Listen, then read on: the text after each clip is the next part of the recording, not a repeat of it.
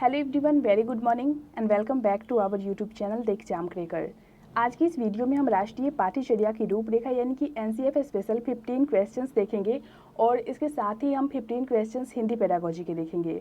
तो जैसा कि आप सभी को पता होगा कि एनसीएफ हमारे टीचिंग एग्जाम्स के लिए बहुत ही ज़्यादा महत्वपूर्ण होता है। हर बार उससे रिलेटेड एक दो क्वेश्चंस आते ही हैं, तो फटाफट से देख लेते हैं इन क्वेश्चंस को। फर्स्ट क्वेश्चन है आपका कि राष्ट्रीय पाठ्यचर्या की रूपरेखा 2005 के मार्गदर्शक सिद्धांतों के विषय में सत्य कथन है। फर्स्ट ऑप्शन है पाठ्यचर्या पाठ्य पुस्तक केंद्रित होनी चाहिए। सेकंड है अधिगम प्रक्रिया के अंतर्गत न समझ आने वाली अवधारणाओं को रखना चाहिए।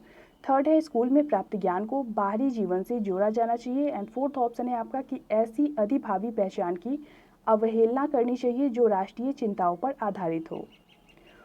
तो एनसीएफ 2005 के मार्गदर्शक सिद्धांतों के विषय में जो कथन सत्य है इन चारों ऑप्शंस में से उसे चूज करना है आपको। 1 का करेक्ट आंसर होगा आपका ऑप्शन 3, स्कूल में प्राप्त ज्ञान को बाहरी जीवन से जोड़ा जाना चाहिए। अगला क्वेश्चन देखेंगे हम, क्वेश्चन नंबर 2। राष्ट्रीय पाठ्यचर्या की रूपरेखा 2005 के अनुसार बाल केंद्रित शिक्षा शास्त्र में शिक्षा को किस प्रकार नियोजित करने की आवश्यकता है।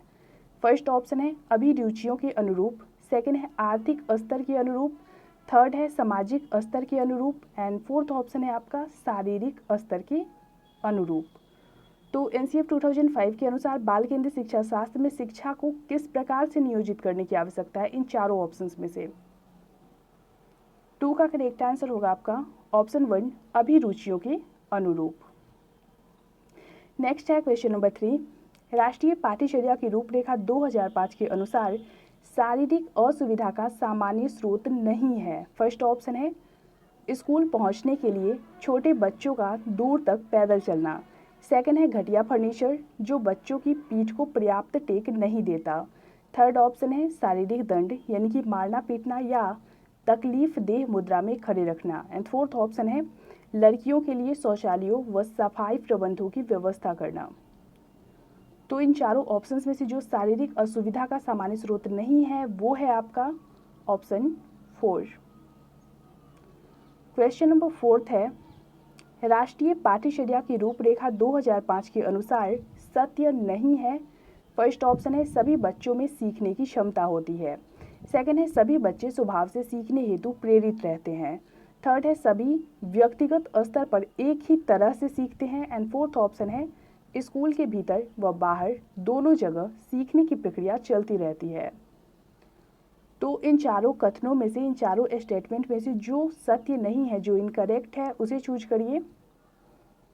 4 का करेक्ट आंसर होगा आपका ऑप्शन 3, बच्चे व्यक्तिगत स्तर पर एक ही तरह से सीखते हैं। यह कथन बिल्कुल ही असत्य है क्योंकि हर व्यक्तियों में व्यक्तिगत भिन्नताएं होती है, उनमें व्यक्तिगत विभिन्नताएं पाई जाती है और कोई भी बच्चा एक तरीके से नहीं सीखता और न ही वो एक तरीके का होता है। अगला क्वेश्चन है आपका क्वेश्चन नंबर 5। राष्ट्रीय पाठ्यचर्या की रूपरेखा 2005 के अनुसार कक्षा में शिक्षक की भूमिका होनी चाहिए। फर्स्ट ऑप्शन है एक उत्प्रेरक के रूप में, सेकंड है एक आदेशक के रूप में, थर्ड है एक नेता के रूप में एंड फोर्थ ऑप्शन है इनमें से कोई नहीं। तो 5 का जो करेक्ट आंसर होगा आपका वो हो जाएगा ऑप्शन 1, एक उत्प्रेरक के रूप में। उत्प्रेरक उनको कहते हैं जो प्रेरणा देते हैं, ठीक है। तो क्लास में ऐसे टीचर होने चाहिए जो बच्चों को प्रेरणा दे पढ़ने के लिए। अगला क्वेश्चन है आपका क्वेश्चन नंबर 6। शिक्षक पाठ्य पुस्तक की जानकारी के साथ अन्य संदर्भ को जोड़कर डैश को पुष्ट और गहन बना सकते हैं। फर्स्ट ऑप्शन है शिक्षार्थी, सेकंड अनुभव, थर्ड आकृति एंड फोर्थ ऑप्शन है लिंग भेद। तो यहाँ पे 6 का करेक्ट आंसर होगा आपका ऑप्शन 2, शिक्षक पाठ्य पुस्तक की जानकारी के साथ अन्य संदर्भों को जोड़कर अनुभव को पुष्ट और गहन बना सकते हैं। अगला क्वेश्चन देखेंगे हम, क्वेश्चन नंबर 7। विवेचनात्मक शिक्षा शास्त्र खुले विमर्श और विविध दृष्टिकोण के माध्यम से डैश लेने की प्रक्रिया को सरल बनाता है। फर्स्ट ऑप्शन है सामूहिक निर्णय, सेकंड है एकल निर्णय, थर्ड स्वर निर्णय एंड फोर्थ ऑप्शन है इनमें से कोई नहीं। तो विवेचनात्मक शिक्षा शास्त्र खुले विमर्श और विविध दृष्टिकोण के माध्यम से सामूहिक निर्णय लेने की प्रक्रिया को सरल बनाता है। ऑप्शन 1 हमारा सही होगा। अगला क्वेश्चन है आपका, राष्ट्रीय पाठ्यचर्या की रूपरेखा 2005 के अनुसार प्राथमिक स्तर पर भाषा का माध्यम होना चाहिए। फर्स्ट ऑप्शन है अंग्रेजी, सेकंड हिंदी, थर्ड मातृभाषा एंड फोर्थ ऑप्शन है संस्कृत। तो राष्ट्रीय पाठ्यचर्या की जो रूपरेखा है वो मातृभाषा को बहुत ही ज़्यादा इम्पोर्टेंस दिया है, इसलिए 8 का जो करेक्ट आंसर होगा हमारा वो हो जाएगा ऑप्शन 3। राष्ट्रीय पाठ्यचर्या की रूपरेखा एनसीएफ 2005 के अनुसार प्राथमिक स्तर पर भाषा का माध्यम मातृभाषा होनी चाहिए। अगला क्वेश्चन है आपका क्वेश्चन नंबर 9। राष्ट्रीय पाठ्यचर्या की रूपरेखा 2005 के अनुसार बच्चों के आकलन का सही तरीका है। फर्स्ट ऑप्शन है वार्षिक परीक्षाएं, सेकंड है दैनिक गतिविधियां, थर्ड है अर्धवार्षिक परीक्षाएं एंड फोर्थ ऑप्शन है इनमें से कोई नहीं। तो एनसीएफ 2005 के अनुसार बच्चों के आकलन का जो सही तरीका है वो है आपका ऑप्शन 2 दैनिक गतिविधियां। क्वेश्चन नंबर 10 में पूछा गया है आपसे कि भीड़ भाड़ वाली कक्षाओं में डैश अध्यापन की बात करना निरर्थक है। फर्स्ट ऑप्शन है पिछड़े, सेकंड सामान्य, थर्ड कक्षा केंद्रित एंड फोर्थ ऑप्शन है सृजनशील। 10 का करेक्ट आंसर होगा ऑप्शन 4 भीड़ भाड़ वाली कक्षाओं में सृजनशील अध्यापन की बात करना निरर्थक है। अगला क्वेश्चन है आपका क्वेश्चन नंबर 11। यदि बच्चे फेल होते हैं तो वे दर्शाते हैं। फर्स्ट ऑप्शन है अपनी असफलता को, सेकंड है स्कूल की असफलता को, थर्ड समाज की असफलता को एंड फोर्थ ऑप्शन है परिवार की असफलता को। 11 का करेक्ट आंसर होगा ऑप्शन 2। लेकिन यदि यहाँ पे क्वेश्चन ये रहता कि यदि एक बच्चा फेल होता है तो वो क्या दर्शाता है, तो वो उसकी व्यक्तिगत असफलता को दर्शाएगा। लेकिन यदि बच्चे फेल होते हैं, काफ़ी सारे बच्चे फेल कर रहे हैं, तो ये स्कूल की असफलता को दर्शाता है। आगे हम देखेंगे क्वेश्चन नंबर 12। राष्ट्रीय पाठ्यचर्या की रूपरेखा 2005 के अनुसार गणित शिक्षण का लक्ष्य होना चाहिए। फर्स्ट ऑप्शन है तार्किक ढंग से सोचना, सेकंड अमूर्तनों का निर्माण करना, थर्ड संचालित करने की योग्यता का विकास करना एंड फोर्थ ऑप्शन है उपरोक्त सभी।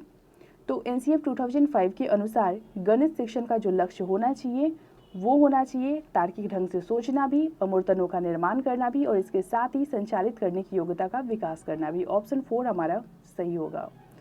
क्वेश्चन नंबर 13 है आपका डैश की चिंताओं के प्रति जागरूकता को संपूर्ण स्कूली पाठ्यचर्या में व्याप्त होना चाहिए। फर्स्ट ऑप्शन है गणित, सेकंड पर्यावरण, थर्ड भाषा एंड फोर्थ ऑप्शन है मातृभाषा। 13 का करेक्ट आंसर होगा ऑप्शन 2 पर्यावरण। क्वेश्चन नंबर 14 है आपका कला विषय को स्कूली शिक्षा के किस स्तर पर शामिल किए जाने पर बल देना चाहिए। फर्स्ट ऑप्शन है पूर्व प्राथमिक, सेकंड है प्राथमिक, थर्ड उच्च प्राथमिक एंड फोर्थ ऑप्शन है इन सभी स्तरों पर। 14 का करेक्ट आंसर होगा ऑप्शन 4।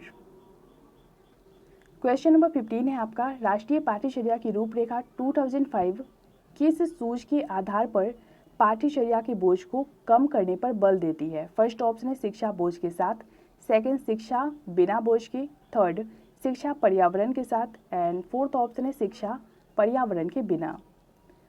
15 का करेक्ट आंसर होगा ऑप्शन 2 शिक्षा बिना बोझ के। तो इनमें जितने भी क्वेश्चंस आपने अभी देखे ये बहुत ही ज़्यादा महत्वपूर्ण है, तो इनको अच्छे से देख लीजिएगा और ध्यान में रखिएगा क्योंकि इसमें से कोई भी क्वेश्चन आपसे एग्जाम में पूछे जा सकते हैं। ये हो सकता है कि क्वेश्चन थोड़ा घुमाया हुआ रहे लेकिन क्वेश्चन इसी टाइप के आएंगे यदि एनसीएफ से क्वेश्चन आते हैं। अब हम हिंदी पेडागोजी के 15 इंपॉर्टेंट क्वेश्चंस देखेंगे। तो क्वेश्चन नंबर 136 में पूछा गया आपसे कि पहली कक्षा में प्रवेश लेने से पहले आमतौर पर बच्चे फर्स्ट ऑप्शन है स्व अभिव्यक्ति जानते हैं, सेकेंड है भाषा के व्याकरणिक नियम जानते हैं, थर्ड है तुतलाकर बोलते हैं एंड फोर्थ ऑप्शन है आपका पठन लेखन में दक्ष होते हैं। तो यहाँ पे बात की जा रही है पहली कक्षा में एडमिशन से पहले की, तो उस वक्त बच्चे सिर्फ स्व अभिव्यक्ति जानते हैं। ऑप्शन 1 हमारा सही होगा। न तो वे भाषा के व्याकरणिक नियमों के जानकार होते हैं और न ही वे पठन लेखन में दक्ष होते हैं, और ये भी जरूरी नहीं कि सारे बच्चे तुतलाकर बोले। ठीक है, आगे हम देखेंगे क्वेश्चन नंबर 137। विद्यालय के बाहर का जीवन और वहां प्राप्त ज्ञान एवं अनुभव भाषा सीखने के लिए आवश्यक प्रेरणा देते हैं, क्योंकि फर्स्ट ऑप्शन है लेखन की विभिन्न शैलियों का परिचय मिलता है, सेकंड ऑप्शन है समृद्ध भाषिक परिवेश मिलता है, थर्ड है इससे व्याकरणिक नियमों की जानकारी प्राप्त होती है एंड फोर्थ ऑप्शन है मानक वर्तनी का सम्यक ज्ञान मिलता है। 137 का करेक्ट आंसर होगा हमारा ऑप्शन 2 समृद्ध भाषिक परिवेश मिलता है। क्वेश्चन नंबर 138 है आपका प्राथमिक स्तर पर एक अध्यापिका संज्ञा पढ़ाते समय पहले संज्ञा की परिभाषा बताती है, उसके बाद उससे संबंधित उदाहरण समझाती हैं। अध्यापिका व्याकरण शिक्षण की कौन सी विधि अपनाती है? फर्स्ट ऑप्शन है सूत्र विधि, सेकंड आगमन विधि, थर्ड निगमन विधि एंड फोर्थ ऑप्शन है प्रत्यक्ष विधि। 138 का करेक्ट आंसर होगा हमारा ऑप्शन 3 निगमन विधि। क्वेश्चन नंबर 140, भाषा शिक्षण में खेल का सर्वाधिक महत्वपूर्ण स्थान है क्योंकि फर्स्ट ऑप्शन है खेल भाषा को विस्तार देते हैं, सेकंड है खेल में आनंद आता है, थर्ड है खेल में शारीरिक विकास होता है एंड फोर्थ ऑप्शन है भाषा शिक्षक को कम श्रम करना पड़ता है। 140 का करेक्ट आंसर होगा हमारा ऑप्शन 1 खेल भाषा को विस्तार देते हैं। क्वेश्चन नंबर 141 है प्राथमिक स्तर पर पढ़ने की क्षमता का आकलन करने की दृष्टि से सबसे अधिक महत्वपूर्ण है। फर्स्ट ऑप्शन है पढ़ने में प्रवाह, सेकंड अर्थ का निर्माण, थर्ड वर्णों की पहचान एंड फोर्थ ऑप्शन है विराम चिन्हों का ज्ञान। 141 का करेक्ट आंसर होगा हमारा ऑप्शन 2 अर्थ का निर्माण। नेक्स्ट है क्वेश्चन नंबर 142, प्राथमिक स्तर पर कौन सा भाषा शिक्षण का उद्देश्य नहीं है? फर्स्ट ऑप्शन है विभिन्न संदर्भों में भाषा का प्रभावी प्रयोग करना, सेकंड है अस्पष्टता एवं आत्मविश्वास के साथ अपनी बात कहना, थर्ड है वर्णमाला को क्रम से कंठस्थ करना एंड फोर्थ ऑप्शन है ध्वनि संकेत चिन्हों का संबंध बनाना। तो जो भाषा शिक्षण का उद्देश्य नहीं है वो है आपका ऑप्शन 3 वर्णमाला को क्रम से कंठस्थ करना। क्वेश्चन नंबर 143 है पाठ्य पुस्तक की भाषा फर्स्ट ऑप्शन है तत्सम प्रधान होनी चाहिए, सेकंड है तद्भव प्रधान होनी चाहिए, थर्ड है अधिकाधिक कठिन शब्दों से युक्त होनी चाहिए एंड फोर्थ ऑप्शन है बच्चों की घर व समुदाय की भाषा से मिलती जुलती होनी चाहिए। 143 का करेक्ट आंसर होगा हमारा ऑप्शन 4 पाठ्य पुस्तक की भाषा बच्चों की घर व समुदाय की भाषा से मिलती जुलती होनी चाहिए। क्वेश्चन नंबर 144 में पूछा गया आपसे कि पढ़ने का प्रारंभ फर्स्ट ऑप्शन है कहानियों से होना चाहिए, सेकंड है कविताओं से होना चाहिए, थर्ड है अर्थपूर्ण सामग्री से होना चाहिए एंड फोर्थ ऑप्शन है वर्णमाला से होना चाहिए। 144 का करेक्ट आंसर होगा हमारा ऑप्शन 3 अर्थपूर्ण सामग्री से होना चाहिए। नेक्स्ट है क्वेश्चन नंबर 145, भाषा कक्षा में विभिन्न दृश्य श्रव्य साधनों का उपयोग का उद्देश्य नहीं है। फर्स्ट ऑप्शन है सभी प्रकार के बच्चों की आवश्यकताओं का ध्यान रखना, सेकंड है सीखने सिखाने की प्रक्रिया को रुचिकर बनाना, थर्ड है विद्यालय प्रमुख के निर्देशों का पालन करना एंड फोर्थ ऑप्शन है आधुनिक तकनीक को कक्षा में लाना। 145 का करेक्ट आंसर होगा ऑप्शन 3 विद्यालय प्रमुख के निर्देशों का पालन करना। क्वेश्चन नंबर 146 है आपका बच्चों की मौखिक भाषा का सतत आकलन करने का सबसे बेहतर तरीका है। फर्स्ट ऑप्शन है प्रश्नों के उत्तर पूछना, सेकंड है विभिन्न संदर्भों में बातचीत, थर्ड है सुने हुए को दोहराने के लिए कहना एंड फोर्थ ऑप्शन है शब्द पढ़वाना। 146 का करेक्ट आंसर होगा हमारा ऑप्शन 2 विभिन्न संदर्भों में बातचीत। क्वेश्चन नंबर 147 है इनमें से प्राथमिक स्तर पर भाषा आकलन का सर्वाधिक उचित तरीका है। फर्स्ट ऑप्शन है किसी पाठ की 5 पंक्तियां पढ़वाना, सेकंड है बच्चों को चित्र वर्णन और प्रश्न पूछने के अवसर देना, थर्ड है बच्चों से पत्र लिखवाना एंड फोर्थ ऑप्शन है बच्चों से प्रश्नों के उत्तर लिखवाना। 147 का करेक्ट आंसर होगा हमारा ऑप्शन 2 बच्चों को चित्र वर्णन और प्रश्न पूछने के अवसर देना। क्वेश्चन नंबर 148 है आपका कौन सा प्रश्न बच्चों की भाषा क्षमता का सही आकलन करेगा? फर्स्ट ऑप्शन है लड़की ने किसके दाम नहीं बताए, सेकंड है लड़की टोकरी में क्या बेच रही थी, थर्ड है यदि तुम आम बेचोगे तो उसके कितने दाम लोगे और क्यों एंड फोर्थ ऑप्शन है आजकल आम का कितना दाम है। तो यहाँ पे यदि आप देखो तो ऑप्शन 1, 2 एंड फोर्थ में जो क्वेश्चन पूछा गया है उसके सीमित उत्तर है, फिक्स उत्तर वाले प्रश्न है, लेकिन ऑप्शन 3 जो है उसमें जो क्वेश्चन पूछा गया है वो मुक्त उत्तर वाला क्वेश्चन है जो कि भाषा क्षमता का सही आकलन करेगा। क्वेश्चन नंबर 149 है लिखना फर्स्ट ऑप्शन है एक बेहद जटिल प्रक्रिया है, सेकंड है एक अनिवार्य कुशलता है जिसे जल्दी प्राप्त किया जाता है, थर्ड है एक तरह की बातचीत है एंड फोर्थ ऑप्शन है एक अत्यंत यांत्रिक प्रक्रिया है। 149 का करेक्ट आंसर होगा हमारा ऑप्शन 3 एक तरह की बातचीत है। अगला क्वेश्चन है आपका क्वेश्चन नंबर 150, भाषा कौशल के संबंध में कौन सा कथन सही है? फर्स्ट ऑप्शन है भाषा के कौशल अंतर संबंधित होते हैं, सेकंड है भाषा के सभी कौशलों को नए सिरे से सिखाने की आवश्यकता होती है, थर्ड है भाषा कौशल एक दूसरे से स्वतंत्र होते हैं। एंड फोर्थ ऑप्शन है भाषा के चारों कौशल एक क्रम से सीखे जाते हैं। तो इन चारों ऑप्शंस में से भाषा कौशलों के संबंध में जो कथन सही है, ट्रू स्टेटमेंट है, उसे चूज करिए। 150 का करेक्ट आंसर होगा हमारा ऑप्शन 1, भाषा के कौशल अंतः संबंधित होते हैं।